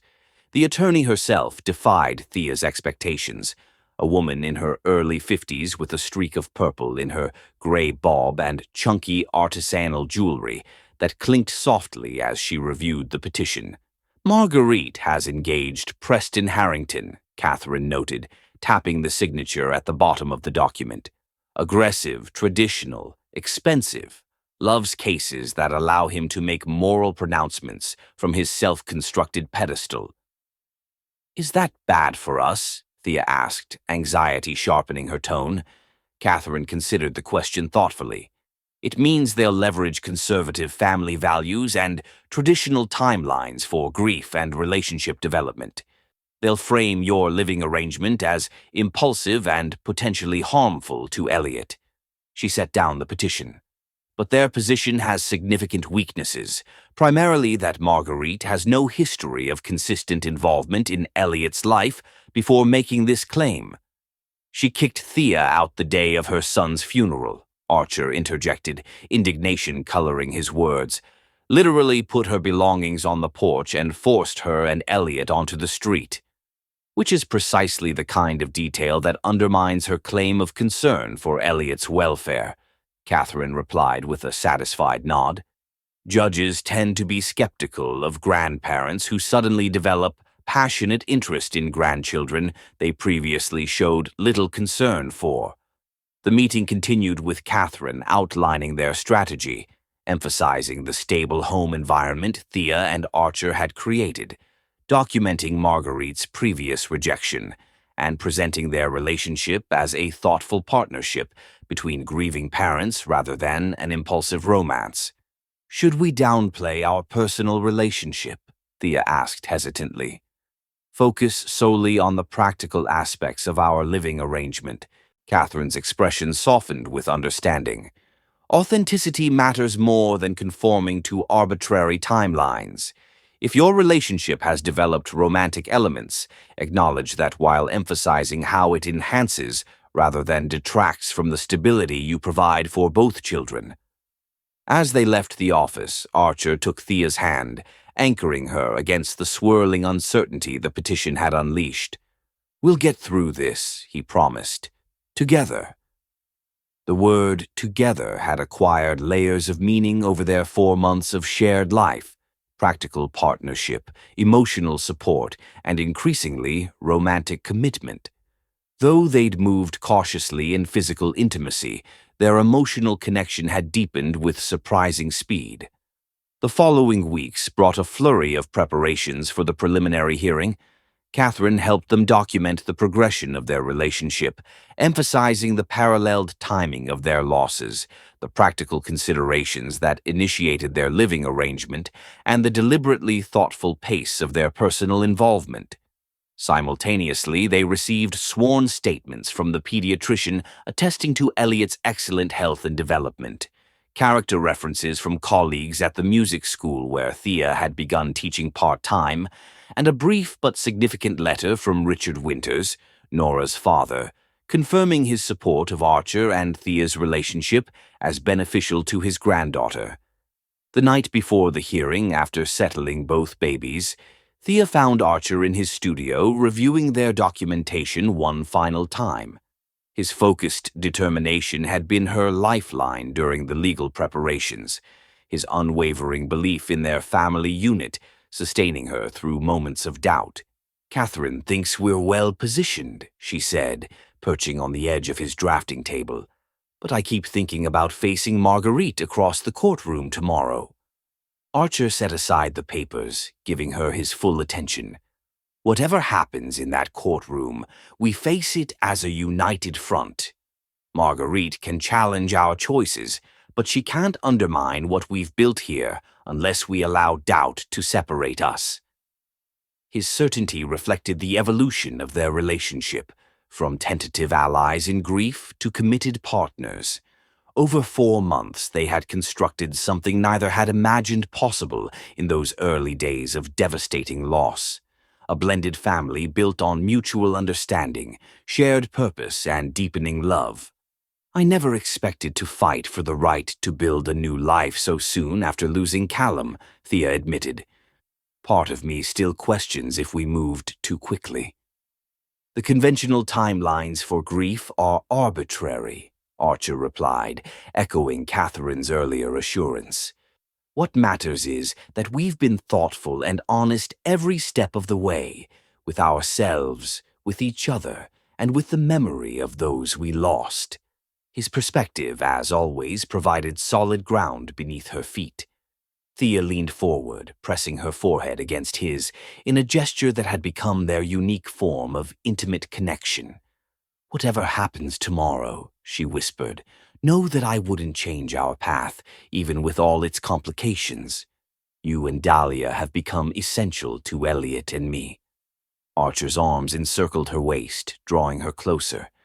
"You gave us back our future when all I could see was loss," he murmured. "Whatever judgment Marguerite or the courts might pass, that gift remains undiminished." Morning arrived with crisp winter sunshine that belied the tension gripping both households. They dressed with careful attention, conservative clothing that projected stability without appearing manufactured for the occasion. Victoria arrived to care for both babies, her support unexpectedly strengthened by the legal challenge they faced. The courthouse loomed impressive against the clear blue sky, its stone facade a visual representation of the institutional authority about to evaluate their unconventional family. Inside, Catherine met them with confident professionalism, briefing them on procedural details while they waited for their case to be called. Marguerite arrived flanked by Preston Harrington and a younger associate, her elegance weaponized in a tailored suit that screamed old money and established propriety. Her gaze skimmed over Thea with dismissive assessment before landing on Archer with narrow disapproval. "Thea," she acknowledged stiffly, social training apparently preventing her from ignoring her former daughter-in-law completely. "Marguerite," Thea replied, finding unexpected strength in Archer's steady presence beside her. "I wish we could have discussed this without legal intervention." "Some matters require formal structure," Marguerite responded, her tone suggesting Thea was naive to think otherwise. "Elliot's future is too important for casual arrangements." Before Thea could respond, they were called into the courtroom. Judge Elena Cortez, a woman in her 60s with penetrating dark eyes and salt-and-pepper hair pulled into a severe bun, presided over the hearing with efficient authority. The proceedings began with opening statements from both attorneys. Preston Harrington presented Marguerite as a grieving mother concerned about her grandson's welfare, painting Thea's living arrangement as evidence of emotional instability and questionable judgment. Mrs. Marlowe seeks only to ensure her grandson maintains connection with his paternal heritage, Harrington concluded with practiced sincerity, and to provide stability during a period when his mother appears to be making impulsive decisions driven by grief rather than careful consideration of Elliot's needs. Catherine's response was measured but pointed, emphasizing Marguerite's rejection of both Thea and Elliot immediately following Callum's death. "If Mrs. Marlowe truly prioritized her grandson's welfare, Your Honor, she might have offered support rather than eviction during the most vulnerable period of both their lives." The factual timeline that followed revealed the stark contrast between Marguerite's current claims of concern and her previous actions. When Catherine introduced documentation of Thea's eviction, including text messages from Marguerite explicitly blaming Thea for Callum's death, a subtle shift occurred in Judge Cortez's expression. Marguerite took the stand first, presenting a carefully curated version of events that minimized her initial rejection, while emphasizing her subsequent concern about Thea's living situation. Under Catherine's cross-examination, however, cracks appeared in her composed facade. "Did you offer Mrs. Marlowe and your grandson any financial support after asking them to leave your home?" Catherine asked. "Thea received rental income from the cottage," Marguerite replied stiffly. "She wasn't destitute." "That wasn't my question," Catherine persisted. "Did you, personally, offer any assistance to your grandson and his mother after insisting they vacate your home immediately following your son's funeral?" Marguerite's hesitation spoke volumes. "I was grieving," she finally said, her voice tight with controlled emotion. "Perhaps I could have managed the situation more delicately." Yet now, 4 months later, you're requesting court-mandated access to the grandson you previously rejected, Catherine observed. What changed, Mrs. Marlowe? I learned she had moved in with a man she barely knew, Marguerite replied, righteous indignation temporarily overshadowing her carefully maintained composure. While still claiming to mourn my son? What kind of example does that set for Elliot? The raw accusation hung in the courtroom air, its emotional impact temporarily silencing even Catherine. Judge Cortez's gaze shifted between Marguerite and Thea, assessing both women with clinical detachment. When Thea took the stand, she felt momentarily overwhelmed by Marguerite's evident disdain. Then her eyes found Archer in the gallery, his steady presence reminding her of the family they had built from parallel tragedy.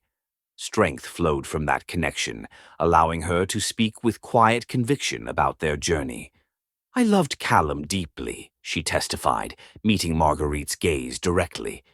His death shattered the future we had planned together. When Archer offered shelter after Marguerite asked us to leave, it was an act of kindness between two people experiencing identical loss, not romance or replacement. Preston Harrington's cross-examination aimed to characterize their relationship as inappropriately hasty, but Thea maintained composed honesty. Grief doesn't follow conventional timelines, she explained. Neither does healing. Archer and I built connection through shared understanding of loss that others couldn't comprehend. That foundation has benefited both Elliot and Dahlia immeasurably. Archer's testimony followed, his architectural precision bringing clarity to their complex situation. He detailed Dahlia's improved development in Thea's presence, the consistent routines they'd established for both children, and the careful steps they'd taken to honor Callum and Nora's memories while building a new family structure. We've created memory boxes for both children, he explained, his composure momentarily wavering as he described this project, filled with photographs, letters, and mementos to ensure they know their other parents as people, not just absences. Thea's commitment to preserving Callum's memory for Elliot has been unwavering. Judge Cortez's penetrating questions suggested genuine engagement with the complexities of their situation rather than reflexive judgment based on conventional timelines. When testimony concluded, she announced a brief recess before issuing her preliminary ruling. In the courthouse hallway, Catherine appeared cautiously optimistic.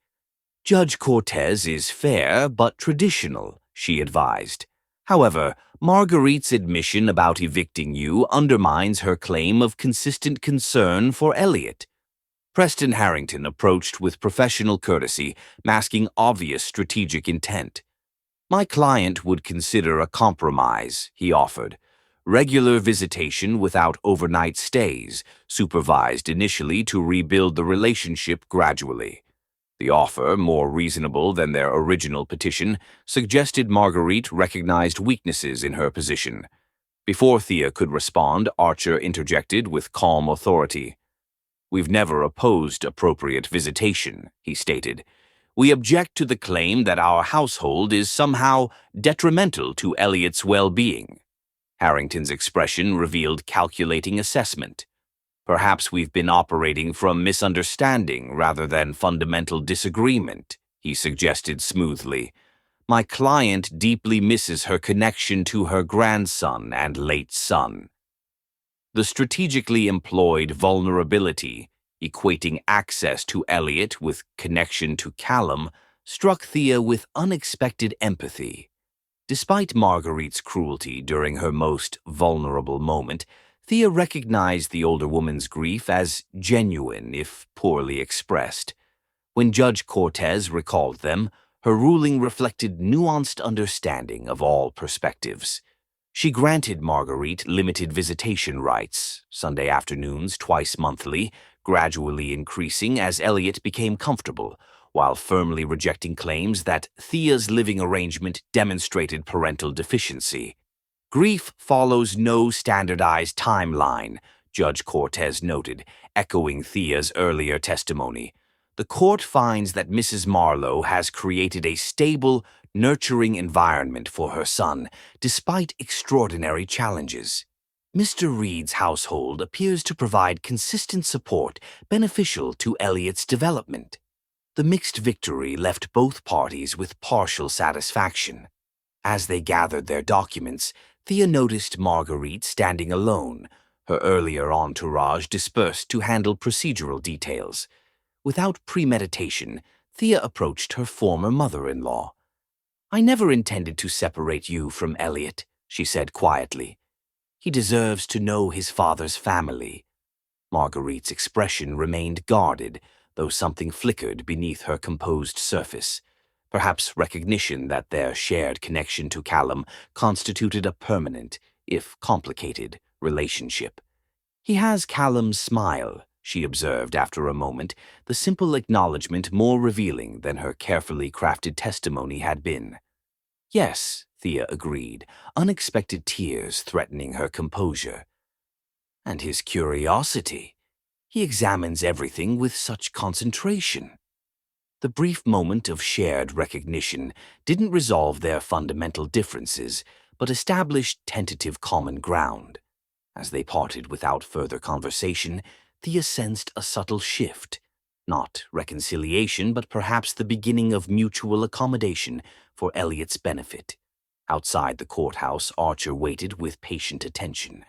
When Thea reached him, he enfolded her in a protective embrace that conveyed support without words. "You were magnificent," he murmured against her hair. "Honest and dignified despite everything." "It's not over," Thea reminded him, drawing strength from his steady presence. "This is just the beginning of navigating Marguerite's involvement." "True," Archer acknowledged, "but we've established our foundation. Whatever challenges she presents moving forward, we face them together." Chapter 9. Healing Together. The late winter sun cast long shadows across the kitchen as Thea prepared Sunday breakfast, her movements accompanied by Elliot's babbling from his high chair.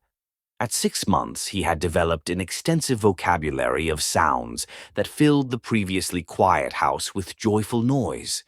Dahlia, 2 weeks younger but seemingly determined to keep pace, responded with her own melodic coos from her seat beside him. "They're having quite the conversation," Archer observed, entering with freshly folded laundry.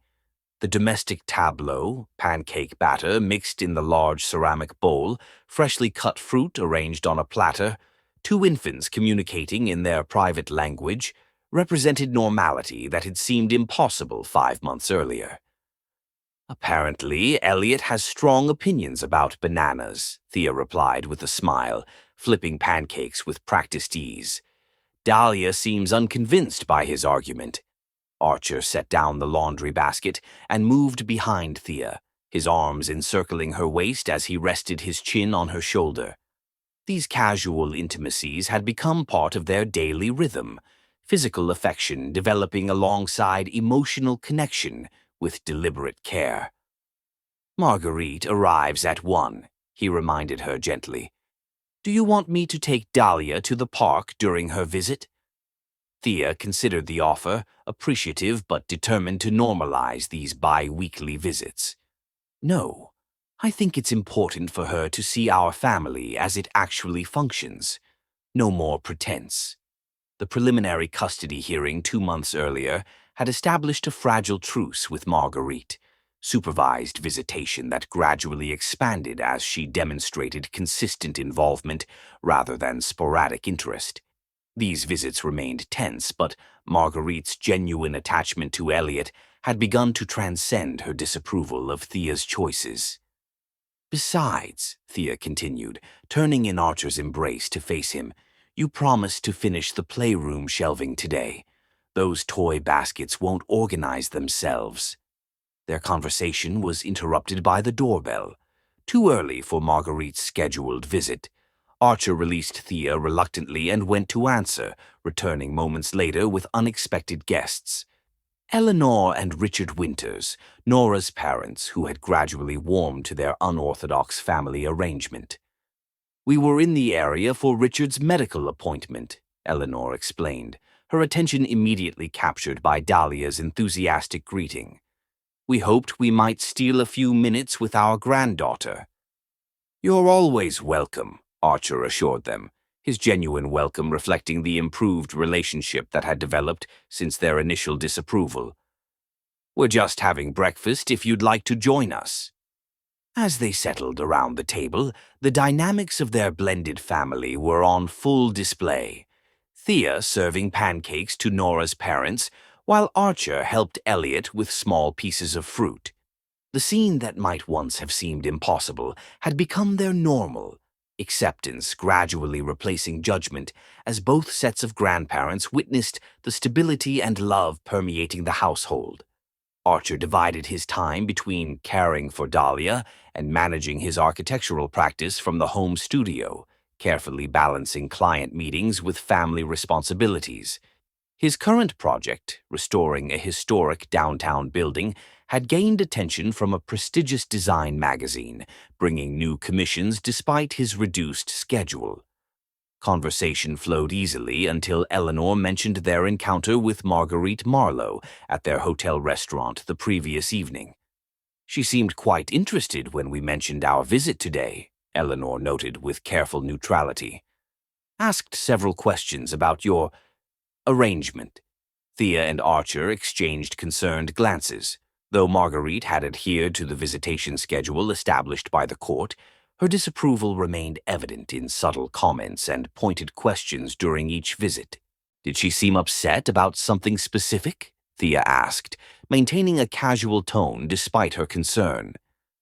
"Not upset," Richard clarified, his typically reserved manner softening as Dahlia grabbed his finger with surprising strength.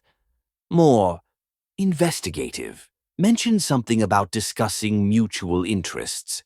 The cryptic statement hung in the air as breakfast concluded.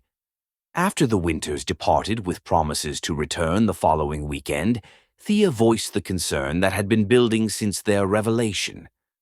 "What do you think Marguerite is planning?" she asked as they cleared the table together, the babies contentedly playing in their adjacent activity centers. "I'm not sure," Archer admitted, his expression thoughtful. "But Catherine mentioned Marguerite requested additional documents about our household arrangement last week. She might be building toward another custody challenge." The possibility sent a familiar anxiety through Thea, the fear that their hard-won stability remained vulnerable to external judgment and legal intervention. Before she could respond, the doorbell announced Marguerite's precisely punctual arrival. Thea opened the door with practiced composure, greeting her former mother-in-law with polite civility. Marguerite entered with characteristic elegance, her designer outfit and perfect coiffure contrasting with the comfortable domesticity of the household. Her gaze swept the living area with assessing precision before landing on Elliot. "There's my handsome boy," she crooned, her severe features softening as she approached him. Elliot, now familiar with her regular visits, offered a hesitant smile that Thea noted contained traces of Callum's dimpled grin. The scheduled visit proceeded with established routine. Marguerite engaged with Elliot while Thea remained nearby, their interaction cordial but guarded. The unexpected deviation occurred when Archer entered with Dahlia after changing her diaper. "Mr. Reed," Marguerite acknowledged with unusual directness, "might I have a word with you? Privately." The request, unprecedented during her previous visits, caused Thea instant concern. Archer's questioning glance received her subtle nod, better to understand whatever Marguerite was planning than remain in uncertainty. As they moved to Archer's study, Thea distracted herself with Elliot's increasingly mobile exploration, though her attention remained divided. When they returned 15 minutes later, Archer's expression revealed nothing, while Marguerite appeared surprisingly subdued. The remainder of the visit continued without reference to their private conversation, though Thea noticed a shift in Marguerite's demeanor. Less rigid disapproval, more contemplative observation of the household dynamics. When she departed, her goodbye to Elliot seemed particularly emotional, her typically composed features momentarily vulnerable. The moment the door closed behind Marguerite, Thea turned to Archer with undisguised concern. What happened in that conversation? Archer's response surprised her completely. She wanted to know if I intend to marry you. The blunt statement momentarily robbed Thea of response. Marriage was a topic they had deliberately avoided, both still wearing wedding rings from their previous unions, both cautious about formalizing a relationship born in such unconventional circumstances. "What did you tell her?" Thea finally asked, heart racing unexpectedly. "The truth," Archer replied simply, "that we're committed to our family but haven't discussed legal formalization, that we're focused on creating stability for the children rather than conforming to external expectations about relationship timelines." His answer, diplomatic yet honest, reflected their carefully considered approach to building life after devastating loss. How did she respond to that? "With surprising thoughtfulness," Archer admitted, settling beside her on the sofa as both babies played on their activity mat. "She said something that actually made sense, that public perception will eventually affect the children, regardless of our personal feelings about social conventions." The observation, coming from Marguerite, carried unexpected wisdom beneath its judgment. Their unconventional household, however functional and loving, existed within a social context that would eventually impact Elliot and Dahlia as they grew older and more aware. "She also said something else," Archer continued, his expression softening, "that Callum would have wanted you to be happy, even in his absence. That while she struggles with the timeline, she recognizes that our household provides Elliot with stability and love." The acknowledgement, however reluctantly given, represented significant evolution in Marguerite's perspective, from outright rejection to tentative acceptance of their family configuration. What changed? Thea wondered aloud. She's been so adamantly opposed to our relationship from the beginning. "I think her conversation with the Winters affected her more than we realized," Archer suggested. "Eleanor mentioned they discussed their initial reactions to our arrangement and how witnessing the household functioning changed their perspective. The possibility that the two sets of grandparents had found common ground in their shared concerns, and perhaps shared eventual acceptance, presented an unexpected pathway toward extended family harmony none of them had anticipated." That evening, after settling both babies, Thea and Archer retreated to the back porch with cups of tea, watching the stars emerge in the clear spring sky. Their conversation returned to Marguerite's pointed question about marriage. "We haven't talked about it," Thea acknowledged, curling her feet beneath her on the porch swing. "Marriage, I mean." "No," Archer agreed, his thoughtful gaze on the emerging constellations. "I think we've both been avoiding the topic." The admission created space for honest exploration of a subject they'd carefully circumnavigated. "Part of me feels it's too soon," Thea confessed, "that formalizing our relationship somehow diminishes what we had with Callum and Nora." "I understand," Archer replied, his hand finding hers in the gathering darkness. "I still introduce myself as Nora's husband sometimes when meeting new clients. The identity became so fundamental that relinquishing it feels like another loss." The simple acknowledgement of their complex emotional landscape created intimacy deeper than physical connection. They sat in comfortable silence, the porch swing moving gently beneath them, until Archer spoke again. "But I've been thinking lately that perhaps marriage isn't about replacing what we lost, but honoring what we've found, this unexpected family that helps us all heal." The perspective resonated with Thea's evolving understanding of their relationship, not a replacement for what death had stolen, but something new built from shared understanding of profound loss. "I don't need legal documentation to know what we are to each other," she said softly, but Marguerite raised a valid point about the children. "As they grow older, having clarity about our family structure would provide security." Archer turned to face her directly, moonlight illuminating his serious expression. I'm not proposing. Not tonight. Not like this, he clarified. When that conversation happens, it should be solely about us, not external expectations or legal considerations. The distinction mattered. Their relationship deserved deliberate care rather than reactive formalization.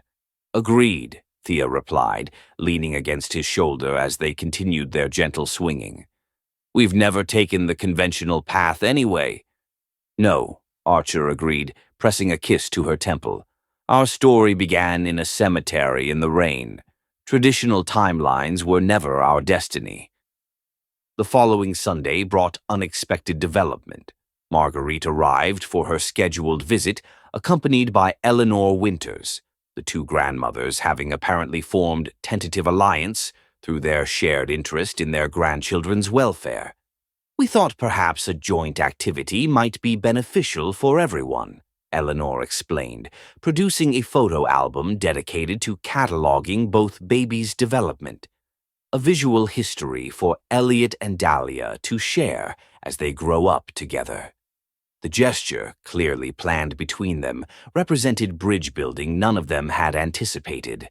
As the afternoon progressed, Thea observed Marguerite gradually relaxing her rigid disapproval, engaging with both babies while sharing stories about Callum's childhood with evident emotional openness.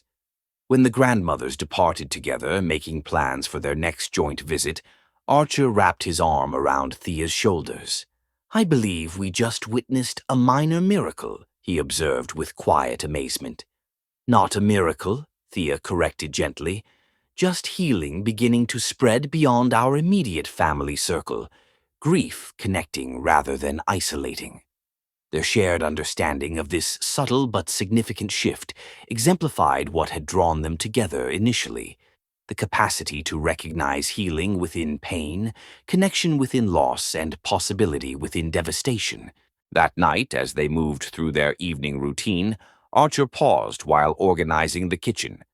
I've been thinking about what you said regarding the children's sense of security, he began, unusually hesitant, about formalizing our family structure eventually. Thea looked up from the baby bottles she was preparing for morning, attention captured by his serious tone. I'd like to adopt Elliot, he continued carefully, and for you to adopt Dahlia. Not immediately, but when the time feels right. Legal recognition of the parental roles we're already fulfilling.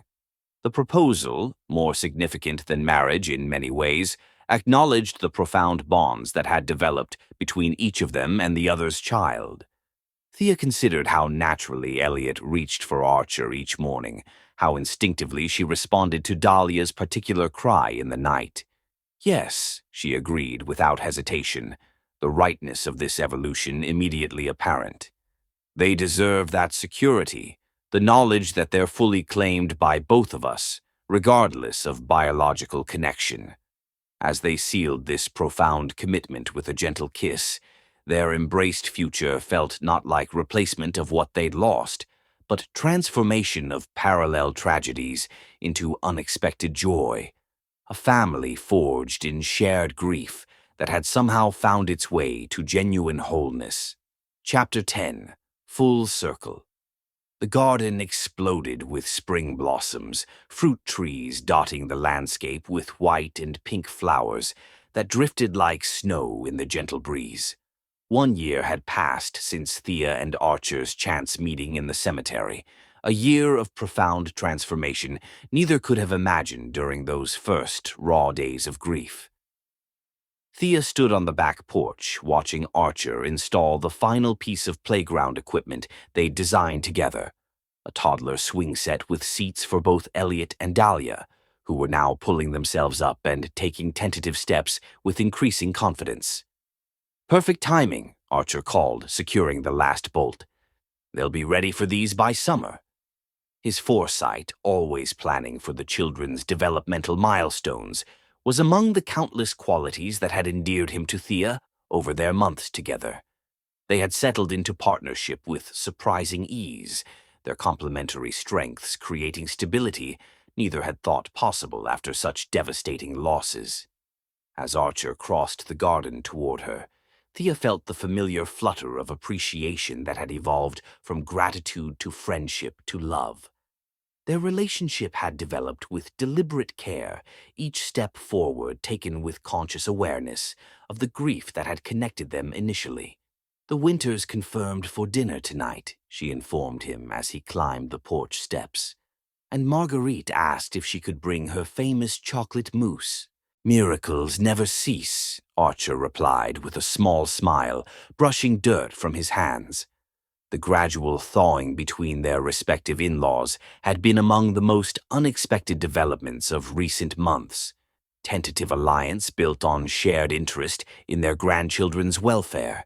Inside, both babies napped peacefully, their synchronized schedule a hard-won victory that provided precious quiet moments in otherwise bustling days. Thea and Archer settled at the kitchen island with coffee, reviewing plans for the memorial garden they'd designed together. "The landscape crew starts Monday," Archer confirmed, spreading blueprints across the counter. The project, transforming the far corner of their property into a peaceful garden dedicated to Callum and Nora, represented their commitment to honoring what came before while building something new. "I think they would approve," Thea said softly, tracing the outline of the circular design featuring plants significant to both their late spouses. Wildflowers for Nora's conservation work, rare botanical specimens for Callum's literary interests. "They would," Archer agreed, his hand covering hers atop the plans. "Not just of the garden, but of everything we've created together." The assertion reflected their evolving perspective on grief and healing, that moving forward honored rather than betrayed their previous loves, that building new joy didn't diminish past happiness. Their quiet moment was interrupted by simultaneous cries through the baby monitor. With synchronized movements born of months of co-parenting, they rose together, dividing responsibilities without discussion. Archer to prepare bottles, while Thea retrieved the babies from their cribs. Later, as afternoon sun bathed the living room in golden light, they sat on the floor watching Elliot and Dahlia explore their surroundings with increasing mobility and curiosity. Dahlia had developed Nora's determined focus, examining objects with intense concentration before methodically testing their properties. Elliot, true to Callum's legacy, approached the world with enthusiastic energy, more interested in overall experience than specific details. "1 year ago today," Archer noted, breaking their comfortable silence, "we met in the cemetery." The anniversary had occupied Thea's thoughts throughout the day, how profoundly their lives had transformed since that rain-soaked encounter between two devastated new parents. From parallel tragedy to intertwined healing, their journey defied conventional timelines, yet felt undeniably right. "I've been thinking about appropriate commemoration," Thea admitted. "It seems wrong to celebrate the anniversary of meeting at our spouses' graves, yet what's grown from that moment deserves acknowledgement." Archer reached for her hand, his expression thoughtful. "Perhaps we visit them first, honor where our journey began, then celebrate where it's brought us." The suggestion perfectly captured their approach to building new life amid grief, not erasing what came before, but integrating loss into a narrative that included both sorrow and joy, endings and beginnings. That evening, after settling the babies with Victoria's capable assistance, they returned to Oakwood Cemetery as golden hour cast long shadows across the grounds. The parallel graves that had once represented unbearable loss now existed as sacred markers of lives deeply loved rather than sources of active pain. They stood together between the headstones, each placing fresh flowers, wildflowers for Nora, literary roses for Callum, in simple acknowledgement of continued remembrance. No words were necessary between them. Their shared understanding transcended verbal expression. "They brought us together," Thea said finally, her voice steady despite the emotion of the moment. "In the most unexpected way, their absence created space for us to find each other." "Not replacement," Archer added, completing her thought as he often did, but continuation. Different love, equally valid. As they walked hand in hand from the cemetery toward the restaurant where they'd planned dinner, Thea noticed the contrast between this visit and their first encounter. Grief still present, but no longer all-consuming. Memories bittersweet rather than devastating. At the small Italian bistro Archer had selected, they were shown to a corner table illuminated by candlelight. The intimate setting allowed private conversation despite the restaurant's busy atmosphere. "I have something for you," Archer said after they ordered, producing a small velvet box from his jacket pocket. "Not what you might think," he added quickly, noting her startled expression. Inside the box lay a delicate gold pendant, featuring two intertwined circles, one containing Elliot's birthstone, the other Dahlia's. The symbolic representation of their blended family brought unexpected tears to Thea's eyes. "It's perfect," she whispered, lifting the necklace with reverent fingers. "Our family, connected but distinct." Archer fastened the pendant around her neck, his touch lingering against her skin. "I've been thinking about what you said about appropriate commemoration," he continued, "and I realized that while our beginning was unconventional, what matters is the intentional choices we've made since then." His eyes held hers across the candlelight, depths of emotion visible in their hazel warmth. "I'm not rushing or pressuring," he clarified, "but I want you to know that when you're ready, whether that's months or years from now, I'd like to make our family official in all possible ways." The carefully worded statement, not quite proposal but clear declaration of intent, reflected perfect understanding of their unique circumstances. Marriage remained complex territory for both of them, each still processing the abrupt severance of previous vows through death rather than choice. "I'm nearly ready," Thea admitted, the honest assessment surprising even herself. "Not because I've stopped loving Callum, but because loving you doesn't diminish what came before. Different chapters of the same life, equally authentic." Archer's hand found hers across the table, their fingers intertwining in familiar connection. "We'll know when the time is right," he affirmed. "No external timelines or expectations, just what feels honest for our journey." Their anniversary dinner evolved into celebration of unexpected joy found amid devastating loss. Recognition that grief had somehow transformed into pathway toward connection neither could have anticipated in those early days of raw pain. Returning home, they found both babies peacefully asleep under Victoria's watchful care. After her departure, they stood together in the nursery doorway, watching their children's rhythmic breathing in the soft glow of night lights. "Sometimes I worry they won't remember," Thea whispered, voicing the concern that occasionally haunted quiet moments. "That Elliot will have no memory of Callum, that Dahlia will never know Nora except through photographs and stories." "They'll know them through us," Archer replied with quiet certainty. "Through the values we carry forward, through the memory boxes we've created, through the garden we're building. And someday through the stories we'll tell about how their other parents brought us together, even in absence." The perspective provided comfort against inevitable loss of direct connection between children and their departed parents. They had built mechanisms for remembrance, photographs prominently displayed throughout the house, regular visits to the cemetery, deliberate references to Callum and Nora in daily conversation. Later, as moonlight filtered through bedroom curtains, they lay facing each other in the comfortable intimacy they'd gradually developed. Physical connection had evolved alongside emotional bond, tentative at first, then increasingly confident as trust deepened between them.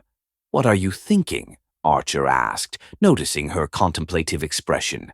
"About circles," Thea replied, her fingers tracing the contours of his face with gentle appreciation. "How life sometimes brings us back to beginnings, but transformed by the journey between."